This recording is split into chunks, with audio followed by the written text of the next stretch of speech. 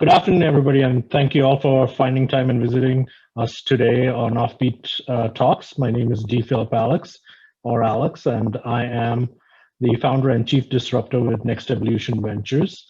We are an innovation and think tank social enterprise focusing on making changes in the areas of equity, diversity, and inclusion. So I'm assuming that everybody on this discussion can hear us. Feel free to use the chat box in terms of if you have any questions, and I'll try and integrate them through the conversation. So here are some ground rules that I'm going to put forward. Other than Justin and myself, I would request that all the other participants mute your microphones during the conversations. I too will try and do that because I may have a dog that barks and I want to try and avoid that through the questionnaire. So if in case you see me talking and there's no sound coming, that's just remind me to put the mic back on. If you have any questions during the presentation, write them down in the conversation box and I will try and integrate them into the conversation as we are talking. And other than that, I've set some time towards the end of the conversation. Just know that the conversation is being recorded and it'll be posted through our website and our YouTube channel later on in the month. I got a message saying that probably there is a bubbling noise when I speak. Are you feeling that, Justin, or? Just a little bit. A little bit? It's not Let me distracting, try don't and, worry. I just want to make sure that people can hear me and then we can go forth with this. So I'm just going to mute myself a little bit and hopefully now things change. Okay, it's actually clear, yes. So Okay, good. so essentially we can begin right now. Perfect. Okay, so our topic for today is about understanding the true challenges of workplace diversity. And we have with us our speaker, Justin Deonarayan. I think I got that right now. So let's let's hear a little bit about Justin. So Justin's an organizational psychologist and the founder of Culture Shift Consulting. He specializes in the application of data-driven decision making to recruitment, leadership, and corporate culture. Essentially, mental well-being in the workplace is an all-time low in North America, and his goal is to bring back the human to human capital. Now, Justin has worked with various organizations in varying in different sizes, from local to multinational, across 5 different continents, whether it be for-profit, non-profit, or the government. He also writes about his work, publishes articles about leadership, corporate culture, innovation, and entrepreneurship for sources such as Inc.com and Canadian HR publications like the Canadian HR Director and CPHR Alberta. Thank you, Justin, for choosing to be with us and engaging in a much needed conversation, especially in today's day and age. My pleasure. So we'll get straight down to the question. The question's right up there. Yep. What got you into the field of organizational psychology? And in particular, just share with us your personal story about what got you into the field. And it's an interesting question because it is kind of my personal story that got me into the field. So if we go back about 10 years ago, I was doing my PhD in cognitive science, which is basically the precursor to artificial intelligence from the psychology point of view. And that's actually when, it's an extremely stressful program. My advisor and I were not seeing eye to eye on a lot of things. It was a lot of stress, and that was actually when I burned out for the first time. And I ended up in the hospital and having to do a small operation just to address the physical health issues that I was suffering because of all the stress and ultimately the burnout. So that's actually, I never finished my PhD. That's when I left. After that, I realized, you know what, I can't continue doing this. I can't risk another burnout like that. So I left and I came into industry. And that's actually when I came into organizational psychology, because the goal has always been to make the workplace a better place for people to be, whether you're leadership, whether you're an employee. I started to realize that there are some serious flaws in different organizational cultures. So when I started in organizational psychology, I started developing on a research and development team, developing personality tests and emotional intelligence tests, or assessments. And that became really interesting because of my part computer science, part psychology background. I always liked data.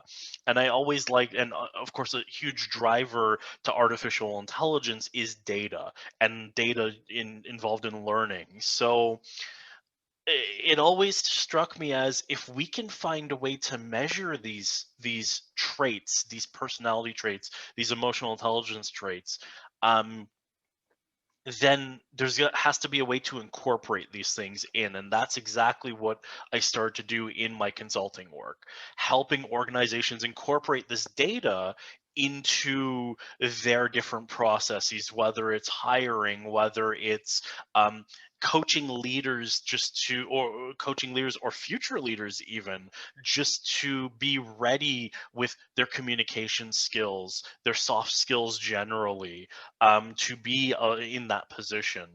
And then, so I was living in Toronto at that time, and that's where I was born and raised. And Toronto's work culture is extremely, extremely stressful. It's burnout. I would call it probably the burnout capital of Canada. If there's one city that I would give that title to, that's probably Toronto. Um, and then I burned out for the second time. So this time I was facing serious health issues. My liver was severely damaged, um, to the point that basically, if I did not do something about it, I would only have a few years left before my other organs started to shut down, or before they did shut down at that point. So that's where it was kind of like, okay, we're back at this crossroads again. I need to make this change. I need to figure out how to better help people in an environment where there is that support for me. So that's actually what brought me from Toronto to Edmonton, because I started working for another organization called Psychometrics Canada here in Edmonton. And that's where I have found that support. That's where, so I get to continue that research and development, and develop personality tests and support clients using the data-driven decision-making methods in an environment that is less prone to burnout. There's less struggle, there's less politics, there's less that would drive towards that. And that's actually how I ended up founding Culture Shift Consulting, because there's a lot of organizations out there that could use help with those things. So initially, when I started Culture Shift, it was all about employee engagement. It was all about helping companies make a better workplace for their employees. It then became more, I started to do work on the selection side, I started to do work on the coaching side. It became bigger as a result of supporting employee well-being.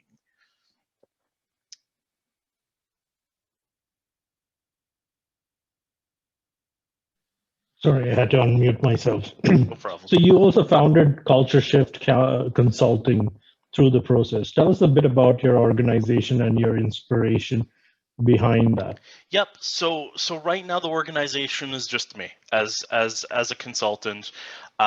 Basically, companies come to me for help with things like employee engagement, alternative work arrangements. So with some nonprofits, there has been some testing of, say, the 4-day work week, or a reduced work day, just to make things a little bit easier and allow people time to handle some of that stress and that and their life, basically establishing work-life balance. From there, I started to help organizations with recruitment and with leadership, and really that inspiration just comes back to that, making workplaces a better place to be.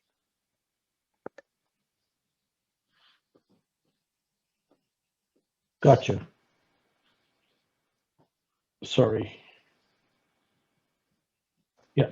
Um, my Zoom's been a little bit finicky right now, especially with a few of the questions that I've been trying to put forward. So today our topic is about true challenges of workplace diversity. Tell us in your own words what this actually means, um, from your perspective as well from an organization's perspective. Yeah, that that's a good question. So I would say when I think what is a true challenge to workplace diversity, I would refer back to the like me bias. I call that the enemy of the enemy of diversity.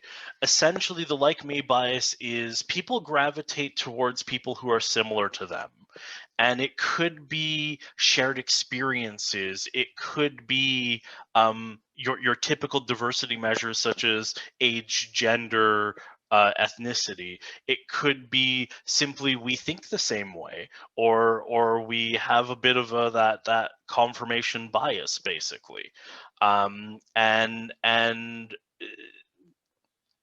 it impacts so many things in the workplace. Your promotions, who you hire, who you promote, performance ratings, for example, those are influenced to some degree by the like me bias. So in the end, the true challenge to workplace diversity is a lack of understanding, maybe even to some degree of lack of definition, because so when we say diversity and inclusion, does this mean the same thing to you as it does to me? Does this mean the same thing to everybody? Um, we, we do have some established definitions such as age, gender, ethnicity, but those are the visible forms of diversity and inclusion. And I think that's the other challenge. We tend to base diversity based off of visible features, things that we can easily see. And to some degree, I wonder to some degree if we're doing that to our own detriment. Now, I'm not saying that we don't have steps to take and progress that we can make in that realm. I mean, we understand racism is a thing. I mean, I've been called a packy at a store before when I was trying to make a purchase. So I'm certainly not suggesting that we're doing a stellar, outstanding job on that front, but is our visible traits, are visible things for diversity or age, gender, ethnicity, are they the only things that we should be considering in diversity? So I did write an article for the entrepreneur organization's blog on inc.com that talked about different forms of diversity beyond that, the things that you can't see. And this is one of the things to consider, because our personality, our individual approach, our perspectives, our experiences, our strengths, our weaknesses, that is also a form of diversity that in the workplace we can help people around, we can develop, we can harness, and that's the form that's often overlooked. So when we talk about harnessing the benefits of diversity in the workplace, it ultimately comes down to those traits. The visible diversity traits often are a proxy for bringing in different perspectives, having different considerations, things like that. It's not, I think there's to some degree, one of the challenges is focusing too much on the visible traits. So two sides, to recap, two sides. The like me bias, which is one of the challenges that we're facing, as well as are we looking at the correct things in diversity?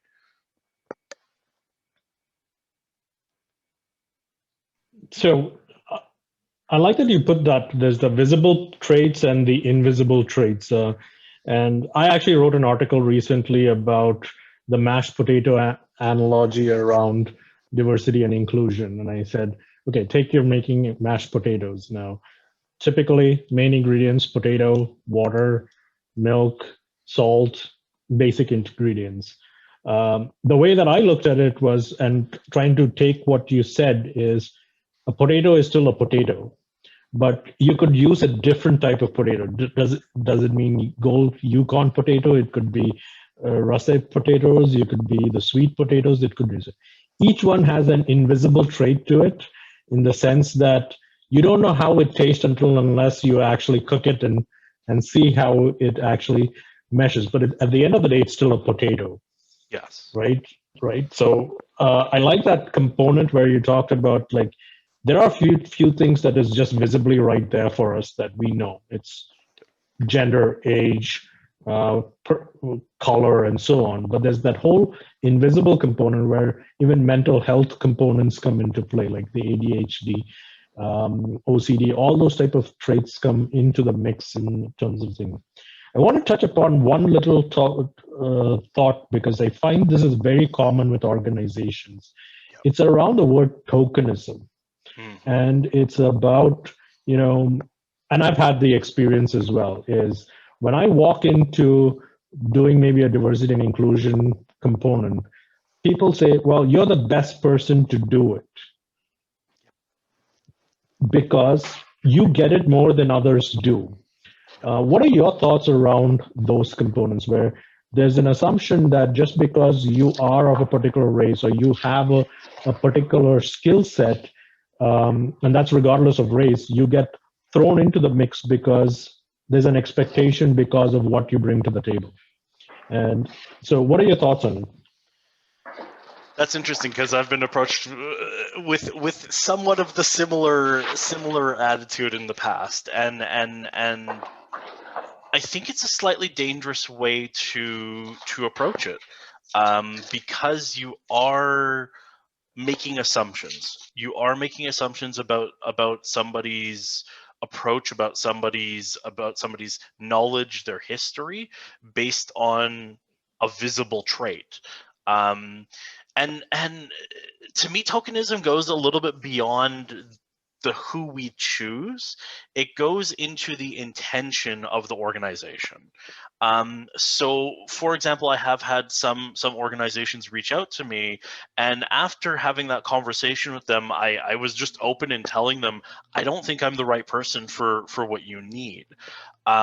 Because to me, token diversity is the idea of saying that we support it and maybe putting together some discussions around it, but then not actually being willing to make a change, not willing to actually take action on it. And that's where organizations that I've had further discussions with, they're looking at making those changes. They're looking at implementing ways to actually help themselves with diversity. Um, and so when I think token diversity, I think it becomes a social media or a marketing tool. They can go on social media and they can claim, hey, look, we support diversity, and we're having discussions about it. And then in the end, they just continue to do the same thing that they're always doing. And we do see this, especially as different social movements occurred in the past year, that it became a bit of a marketing tool. Hey, don't attack us on social media, we support diversity, right? But then after that movement has passed, or say those couple of days have elapsed, they go back to operating the exact same way. And just from that organizational performance perspective, never even actually harness the benefits of diversity, yet alone actually address that social cause, right? So it becomes a matter of walking the walk. And I do have a great example of a company that does walk the walk right here in Edmonton. Actually, they're an engineering firm called CVL Engineers. not only are they very active about posting on social media, educating their audience about diversity challenges, not only are they educated about them, they try to educate others through social media. They persist on a regular basis, despite the fact that that sometimes there isn't attention on a week by week basis. They do educate people, but then also on top of that, within their organization, they're taking the steps to improve their diversity, to increase their diversity. And part of that is data-driven decision making. Part of that is, say, in the hiring process, blind hiring methods. So they're looking for ways to make employee engagement better, to be able to harness those diverse perspectives within their group, to listen to their team, to listen to their employees. The key is they understand it's not an overnight solution. It's a long haul change. It's not something that we're going to solve next month. It is a long-term effort, and they've been putting that effort in. So that's why I see them as a great example of not only talking the talk, but also walking the walk. So I'm going to put myself in a situation where I'm the organization, and I've set and I think most companies have this issue with why they struggle with shifting their culture in many ways to truly trying to absorb diversity and inclusion. Here is how I see it: is when people tend to hire for diversity into organizations, but then once they hire for diversity, they still have a work culture that probably does not follow the systems and process towards inclusion. So even though you've hired for diversity, people then get assimilated into a culture that's not necessary. So they're not necessarily able to bring out their best sense forward in many ways. So Yep. I want to touch a little bit about what are the benefits of having a diverse workforce. But at the same time, I also want, because we're talking about the challenges here, is that question around there is a cost associated with changing your workforce, because when you have an organization that has to continually change and systems and everything, there's a cost to getting people on board as you change a system and getting on board. And change is difficult for many people. So how do you say is what are the benefits of getting the diverse workforce, and what are the costs that would be incurred in terms of making the environment more inclusive? And before I answer that, you made a really great point about the culture. You can use blind hire methods, for example, but then they come in and there's sometimes an approach to assimilate people into the culture.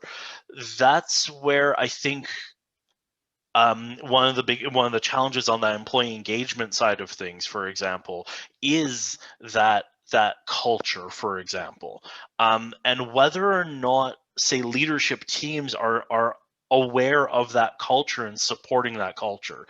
What I typically find a lot when it comes to connected versus disconnected cultures is that employees tend to be very in tune with the culture. They understand what's going on, because half the times they're the ones, probably more than half the times, they're the ones that are actually driving it. Whereas the leadership team needs to be able to tap into that and actually understand what's going on and understand and how they can support that culture. And that is one of the costs, that is one of the challenges of diversity, of creating a diverse environment. It's not easy. It takes effort, it takes change, it takes people being open to and willing to accept and adapt to change.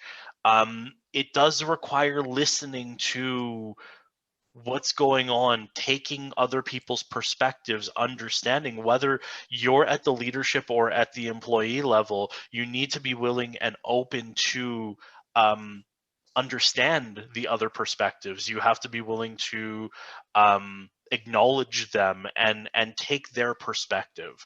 So that is the cost. That is the main cost. It is tough. It takes time. It requires change. And exactly like you said, there's a lot of people struggle with change. Especially we've seen in the past year change beyond that of which some of us have seen in our lifetimes. It's and it has been a struggle for some people. It has been a struggle for some organizations. That's where you have to keep in mind those benefits. And to your question of the benefits, I mean, there's tons of research out there. There's lots of research talking about the benefits. So my knowledge of the benefits and what I have in my head is certainly not the exhaustive list. But you see things like higher productivity, which turns over into better revenue, better profit, better organizational growth. You can actually grow as an organization more.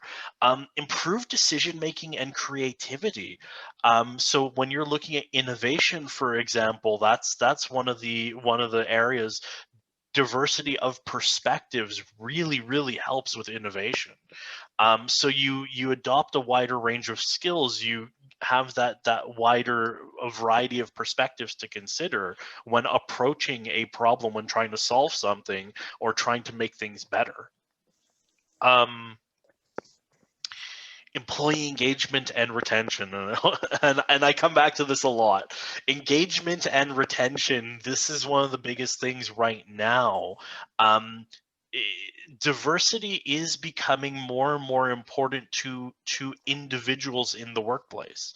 And I know we talk about the millennial generation a lot, and diversity is something that is important to them, because meaning is important to the millennial generation. So finding meaning in their work, finding purpose in their work is something that's important. And part of it is diversity and inclusion. That's where that's where you can start to support that need that they have of finding that meaning, finding that purpose.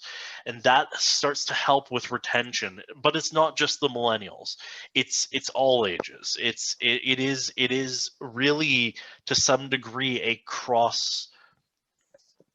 There's been examinations of cultural and age-based differences, and it is something that does transcend culture and age to some degree. If you have that more diverse, that more inclusive environment, it helps with engagement, it helps with retention. So those are the three big ones that I usually hit, those three bigger areas.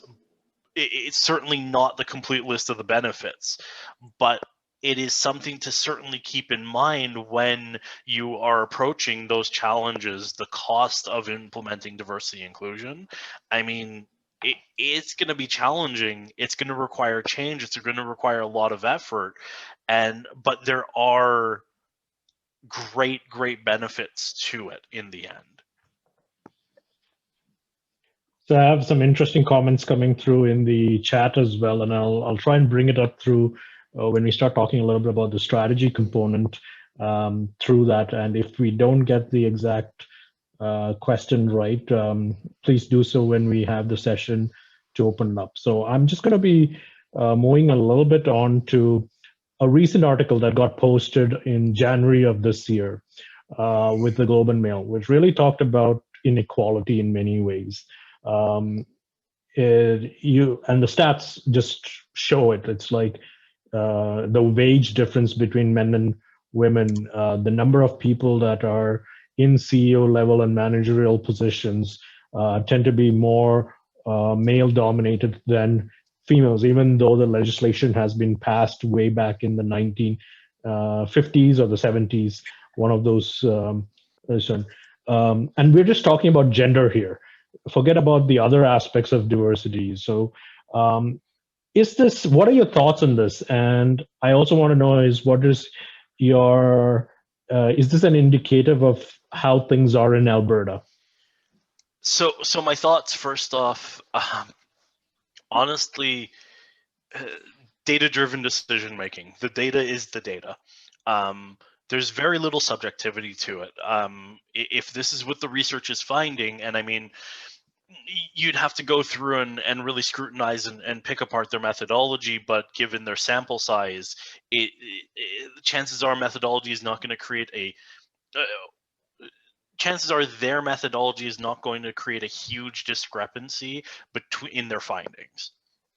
Their methods, I did look over their methods. They were, I saw no apparent flaw or apparent error. So we can take the data that they have as trustworthy. And what that means is that there's a challenge that we have to address. And really what it means is, let's assume positive intent.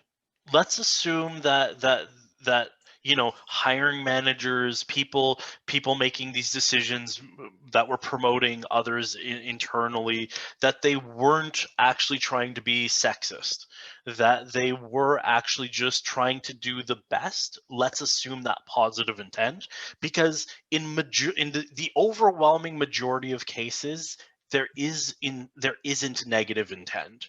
It is just a byproduct of, for example, the like me bias. They're hiring people that are more similar to them. They're promoting them. Therefore, they end up in a higher position. They end up with a better salary, and then those people become put or end up in those positions, so they get the opportunity to hire those that are like them. And I'm not talking that they're hiring their friends. During an interview process, top candidates typically have a way of identifying with the hiring managers, or the hiring managers can identify with them. So in interview coaching, one of the biggest strategies that are out there is find a way to connect with the hiring committee. Find a common passion, whether it's like sports or something like that. So it creates the like me bias when people are using, say, subjective information in that, and it's resumes, interviews, references. It creates some of these issues, even though they are really approaching it with the best result, a positive intention in mind. The other challenge could very well be lack of performance-based incentives or salaries, for example. Um, i- Performance, again, is still subject to subjectivity, and perhaps the like me bias again, but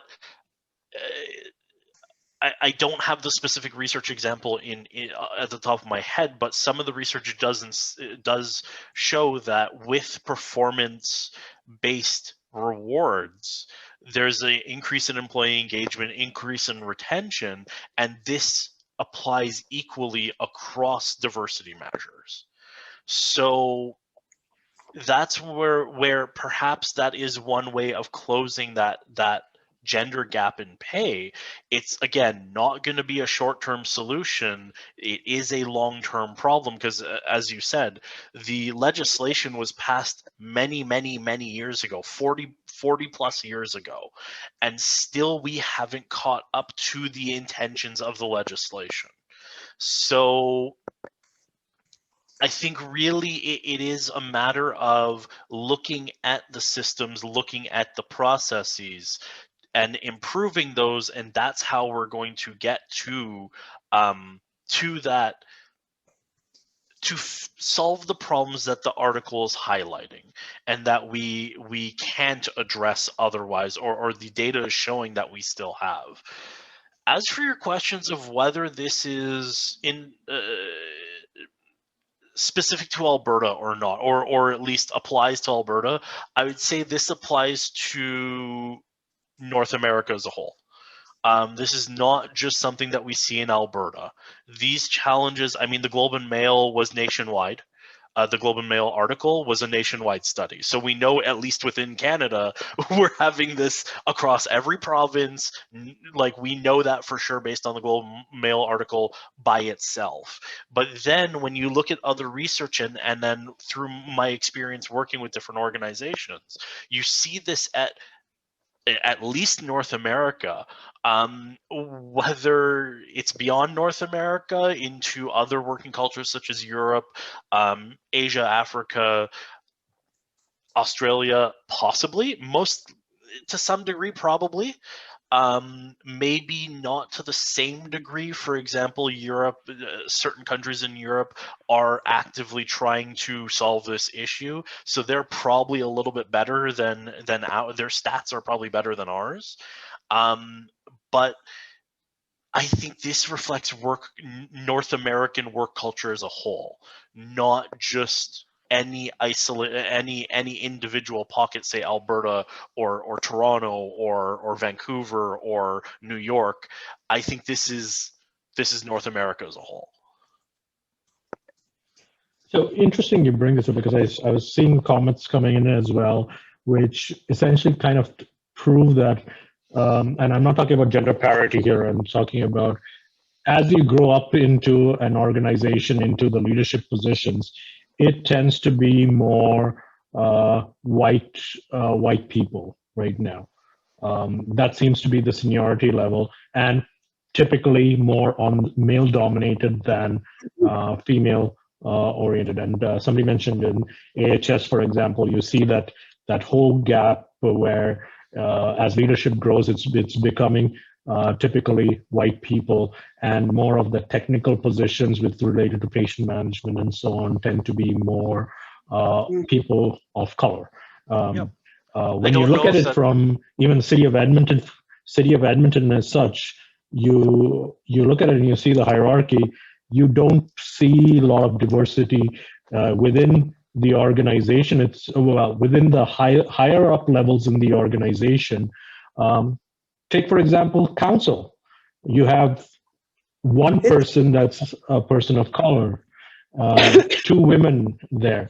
I see a shift happening potentially maybe in the coming election in terms of, like, even our mayoral candidates. We have three women that are stepping up right now. I think it makes sense to have this conversation a lot more in detail, because to me personally, this leads into my next question about what can organizations do to strategize and be able to achieve true diversity in the workplace. Like, what do you think are suggestions and solutions that organizations could put into play? I'll be honest, I think the system is flawed. To be too soon, we're following a system where there is, we think it's the best way to do it, but we're seeing that there are issues as we develop and put things into place, and you're seeing that in the outcome of who's leading things moving forward. So what are your thoughts around what strategies that businesses could put into place to achieve true diversity? Yep. And just to address what you were saying, we may have observation bias that we're seeing it more in Alberta, but I would say that it's probably almost as bad everywhere else. It's not unique to Alberta. I can tell you from certainly looking at different government structures, different provinces, different universities across the country. It is a very similar pattern. It's certainly not unique to Alberta. So the solution, I mean, and this leads straight into the strategies. The solution, if it works in Alberta, it'll work elsewhere. If it works elsewhere, it'll work in Alberta. The organizations that I have seen that have been able to successfully do this, the strategy has been more objective processes. More objective. So, for example, when it comes to hiring, more objective hiring processes. So let's take the Toronto Symphony, for example. They lacked diversity very much so lacked diversity. Completely lacked diversity. It was not to call race and gender, but it was all white males at some point in the Toronto Symphony, because they were not using blind hiring processes. As soon as they integrated blind hiring processes, it took years, it took time, but now they are almost at complete gender parity, and the diversity in ethnicity is apparent. It's there. It's certainly far more diverse. I can't say, I haven't looked at the makeup or the breakdown. I can't say it's exactly equal or anything like that, but it's there. The diversity is there.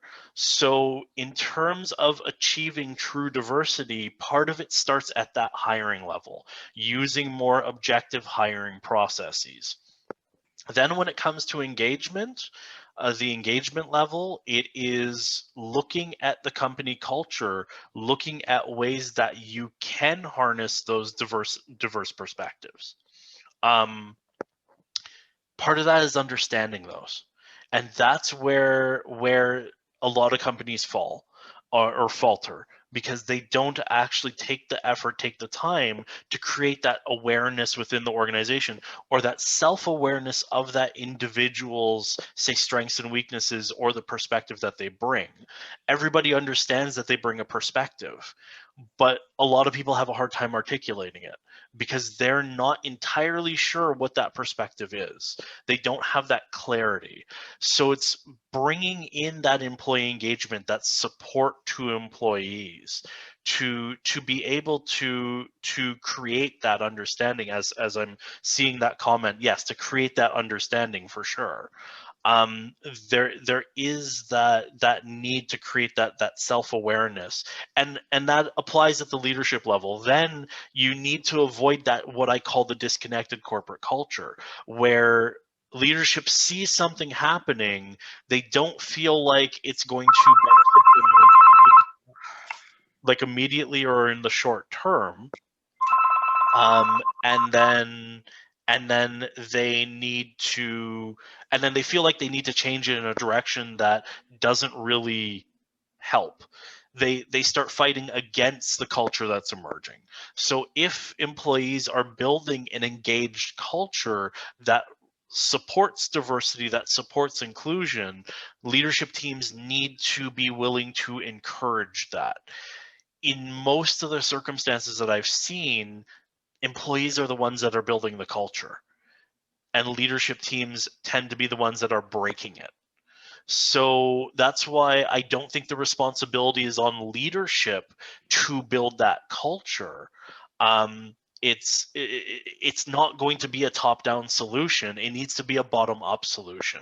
Employees will engage with it. Leadership needs to provide the avenues for them to do so and provide the support when they do. Okay, interesting you say that, because you can see in the chat there is a few strategies that are being put forward. One of the things that I still look at it is, it's interesting you say employees build the culture, but leadership actually destroys that culture in many ways, because probably lack of understanding, or organizations still think EDI has been a checkbox. I've hired people of diverse traits, and so hence I'm diverse. I think the big part about it is the word inclusion and equity in many ways. And I think what I wanted to try and touch base on as we go into a little bit on the short-term and long-term strategies is an experience that I came across is where the system is flawed. We have hiring practices in place where sometimes when you see a resume and you can't pronounce the name on the resume, it's potentially discarded off the list. Like it's what it is. We've seen that, we've experienced that. Many organizations may not agree it, but if you see the name on that list and you can't pronounce it, chances are it's not going to make the cut. But there's also one piece that I want to bring to the table is work cultures, especially people with coming from different areas around the world. The work culture is very different from what they're used to working in the Canadian work environment. And sometimes that comes across as perceived racism in many ways just because they don't fit the mold of how they are supposed to behave or work through in a Canadian interview process. Here, it's all about selling yourself in the market, what you've done. Many cultures are about that, and I use Japanese culture in this sense is you only get promoted there if your supervisor gets promoted. That's the izakaya way of doing it. That's how they take that person and bring them into the Canadian environment and say, hey, switch off your that button and let's try and make you talk about just yourself growing in this one.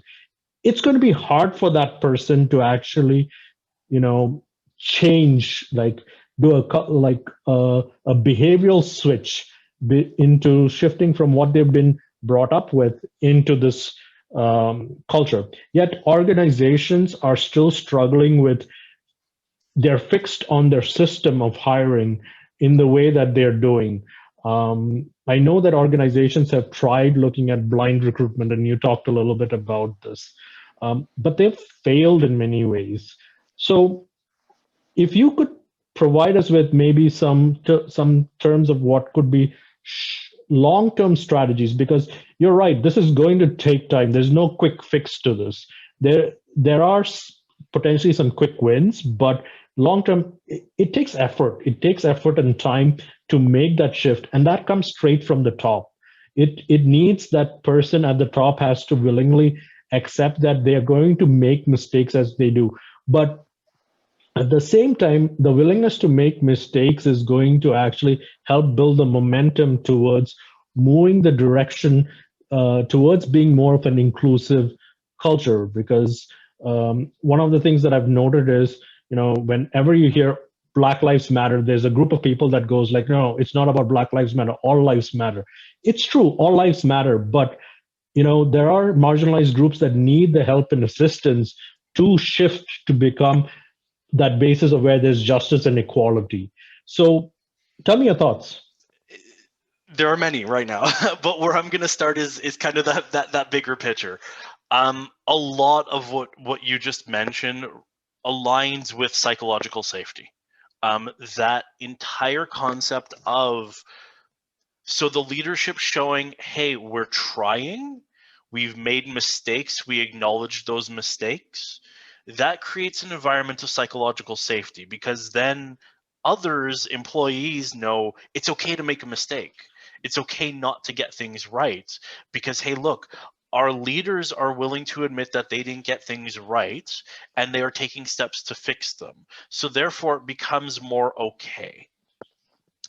So psychological safety is a long-term solution that, helps with a lot of those things. So, for example, your example of somebody coming in from a different culture and having to learn, say they do get hired, they pass through the blind hiring processes, they are the best candidate for the job, they make it into the role, then does the culture, does the system actually support them after that? And that's where psychological safety comes in, because in an environment with psychological safety, it's cross-cultural, it's above culture. So in the cases that if a system that would support them would basically provide that safety for them to be able to ask those questions, to understand those differences. So yes, we can have the blind hiring process, but that's not the be all and end all. There is that support afterwards. And a lot of it comes down to that psychological safety. Now, one of the questions that you have on the slide right now is the lack of understanding being perceived as racist? I think it depends on intention. So, for example, if a organization is trying to create that safe environment where that person can ask those questions, they understand, they provide that support, they understand that there are going to be differences and they want to help somebody navigate that. Yes, that is a lack of understanding, but that's when a lack of understanding becomes a good thing, because it's an opportunity for learning. It's an opportunity to have an open discussion. It's an opportunity to explore, to learn something new, to experience something new. It's when that lack of understanding is used in an intolerant manner. So this person comes in, we thought they were great, but they're having a hard time adjusting to the culture, so we should get rid of them and hire somebody who's Canadian. That's when it becomes racist. When it's used as something held against the person, or as something as an approach of intolerance to some degree. And of course it's a two-way street, so that person coming in, if they're open to understanding that they don't know everything about the culture, they're coming into a new culture and they're open to learn, then it's okay. If they hold that against the culture and say, hey, it was better wherever I was before, and that this isn't just talking about, say, geography. This could be going from one company to another, within the same country, within the same city. If you move from one company to another and you just say, hey, the way that I've been doing it all this time was better, that's just as harmful, because it's again destroying diversity. It's destroying the input of different perspectives when we just get hung up, and it's a struggle to adapt. It's a struggle with change. If we sit there and say, hey, the old way is better because that's the way that we've always done it, that's where there's a challenge. So hopefully I answered the question. I know I went off on a slight tangent, but really where I see it is the lack of understanding. If it's something that is supported, that is open, that there is a willingness to learn from all parties involved, whether it's the employee and the company, or to two people, or whomever the disagreement is coming in, that disagreement is not necessarily negative. It's an opportunity to learn. It's an opportunity to share ideas. It's an opportunity to harness diversity. But as soon as it falls into the intolerant category, that's when it becomes racist or sexist or generally harmful. Oh, thank you, Justin. Like, in the interest of time, I know we could go on and on about this conversation. It's pretty evident, and I can see the chat box just like rolling on with things. So I think I want to shift this now back to the audience and give them an opportunity to ask questions in terms of getting this. Getting their perspective and answers. So I see one question that's already up there is, where are the opportunities in the workplace to increase knowledge of different cultures? It comes down to that openness of learning. Whether it's a reactive to a need or they can be proactive about it, it really comes down to that interest, because if they're not interested, there's nothing that you can do. And I see you're asking to be more specific, but you have to give me a context to be able to work within, because it's really hard to be specific with that that's such a broad question. Like it's really hard to know what the situation is and really tailor a solution or a response accordingly. Well, maybe I'll put it in a solution. It's not about the culture perspective. I'd more on going back a little bit around that visible and invisible components. And I know this is one of the things that came up is or hiring for people with disabilities, physical disabilities, essentially. This is one of the things that is a huge component of North America in particular. There are people with physical disabilities that are being given the systems and care to be able to actually step into the work No, we're not. environment. But at the same time, the system for hiring does not allow it because there are limitations or barriers that are set up in the, I wouldn't say in the hiring process, but more in the system of the office environment or so on. They don't have the adaptable technologies or systems in place to be able to accommodate for physical disabilities in many, and there's a cost associated with it. And I think one of our participants actually mentioned this previously as well to me was, well, if am I allowed to intentionally hire for a person of physical disability or not? Like, how do you actually try and be intentional about? So my question is, how do you actually be intentional about hiring for diversity in these traits, but yet be fair? How do you go about doing that? What strategies do you think would be things that could be put into place for those things? And to me, it's the being fair first. If they are the best candidate for the job, that you mentioned cost, for example, there are grants that can be accessed to help with those things. At the national level, there are. So I would connect with somebody in the government, for example. There are people in workforce development that are able to help you with grants. I would say connect with them to see if there are, and what funding can be provided, or what supports can be provided generally. I would look at I see the question of nonprofit to get the grants in Alberta. I'd say look at the national level, because there are people who actually specialize in that in Edmonton at helping with finding those resources. So I think it starts with the system, finding, is this person the best person for the role? So if they are the best person for the role, then it's a matter about finding those supports. But at the same time, we also have to consider, you use the term visible versus invisible, and we've been talking about that, and disabilities come in both forms, visible and invisible. Again, a blind hiring process tends to screen those things out pretty effectively. So, and then it's that second step of providing that support. So for example, one of the things that I've been noticing that's been happening that's a little alarming since COVID actually addresses those invisible disabilities.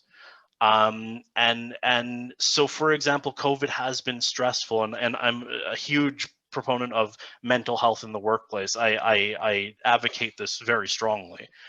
There's a lot of people who have been, say, having depression or anxiety issues from COVID. And then I've been seeing more and more cases, hearing of more and more cases, and speaking to more and more people personally that have been actually struggling with mental health issues. They take some time off on leave, and then when they return to their job, they're laid off maybe a few weeks later. It's been in some cases, it's been 2 to 3 weeks afterwards. That's where companies are now failing. They're not providing those supports. So that's where it comes into not only finding the right person, but being able to provide those supports. Whether it's a visible or an invisible disability. So if companies are starting to lay people off because of mental health challenges, well, my only advice to them is you need to stop that right now, because not only is it illegal, it's ethically, morally problematic, and it's going to result in lawsuits. So that's where it comes back to the process, the hiring, the support afterwards. That's an interesting component, because I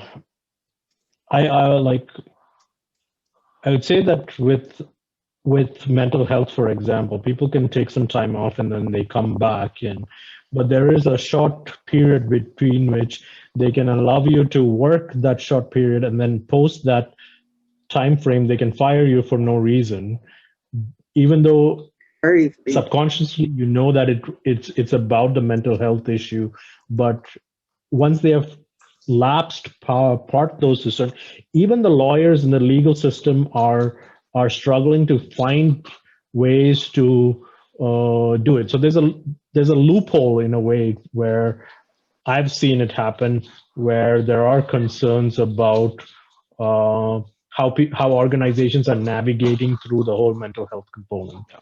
And one thing I will say about that is, yes, legislation varies from province to province. It is easier in some provinces than others. For example, I believe in Ontario, Ontario has a much longer time frame before you can actually look at replacing that person.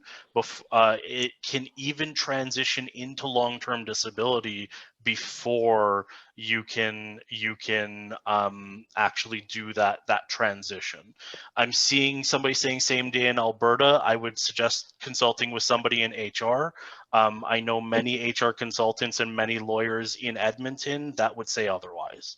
So if this has been a circumstance for you personally, or becomes a circumstance for you personally, my advice is to seek that legal aid. I can't help on the legal fighting the legal battle, but I would say, yeah, if this has happened to you personally, then seek legal aid for this, because there are standards, there are labor laws that are national, and then additional labor laws that are provincial. So it does vary from province to province, but there are national standards. So reach out to an HR consultant, reach out to a lawyer, and see where your case falls within that. Okay, Justin, I know that we can keep going on this for this in the interest of time, knowing that we are past our 1 hour mark. And I know I'm going to have this conversation with you over and over again. I would say if you have further questions about this, feel free to email me at alex@nextevolutionventures.ca, and we'll try and connect with Justin to see what it is. But again, as Justin said, is some of these conversations, we're not able to answer them because we don't have the background in the HR and legal side of things. But that's part of the conversation as I'm building out this conversation around challenges in workplace diversity, is to get people of different expertise to come on board to give us different perspectives on what can be done, so that collectively we can move the dial towards building a more inclusive and diverse work environment. And it's not just for the people that are getting hired, but it's also for organizations to understand what it actually truly means to be a diverse organization. And it needs a change and shift in systems, policy, and leadership in many ways, mainly because if the person at the top does not believe in it, nothing's going to happen. Nothing's really going to happen. And it takes time and money to invest in things. So with that, I want to thank you, Justin, for taking time out of your busy schedule to come and have this conversation with me. And I'd also like to thank all the participants. Your conversations through the chat have been very much insightful, and I hope you've gained a lot through this conversation. It's interesting that you brought up this topic about the millennials, about one of the key things that they want is about finding your purpose. That's, I would say, yeah, I fall on the cusp between the millennial and the Gen X group. And I was like, I feel that finding your purpose, especially in this time of the pandemic, has become one of the key things because the work environment has changed. People have a lot of people have lost jobs in many ways, and entrepreneurship and all those things are coming up more in terms of growing things. March 12th, that's 2 weeks from now, we are actually hosting a panel discussion with some panelists from across the globe.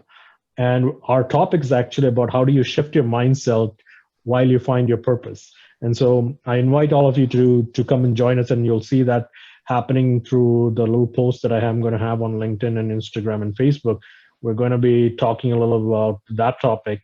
That does not end the conversation on what we're talking about. They're all linked in many ways, but people have to understand is that we can't just go in with, okay, this is one way to do it. We have to understand a breadth of things to understand what is the best approach, because it's not one size fits all. Every organization has a different way of tackling things. They have different issues. And how do you understand what your issues are and how do you actually step from it? So that's really our intent in terms of raising awareness, getting ideas, and then building solutions towards developing a better society in many ways. So once again, I'd like to thank you, Justin. Any last comments for the group? I was a huge Red Green fan growing up, and there's just always this one quote that stuck out to me. I'm pulling for you. We're all in this together. So yeah, for sure. If you have any other topics, anything that we can help with, that we can perhaps provide that direction, that clarity, that guidance, Alex and I may not be able to help personally, but we can. I can certainly point you into the direction of the resources. Yeah, reach out to Alex, and we'll be more than happy to try to help point you in the right direction. Okay. So with that, thank you again, and hope everybody has a good afternoon, Monday afternoon. Thank you. Bye.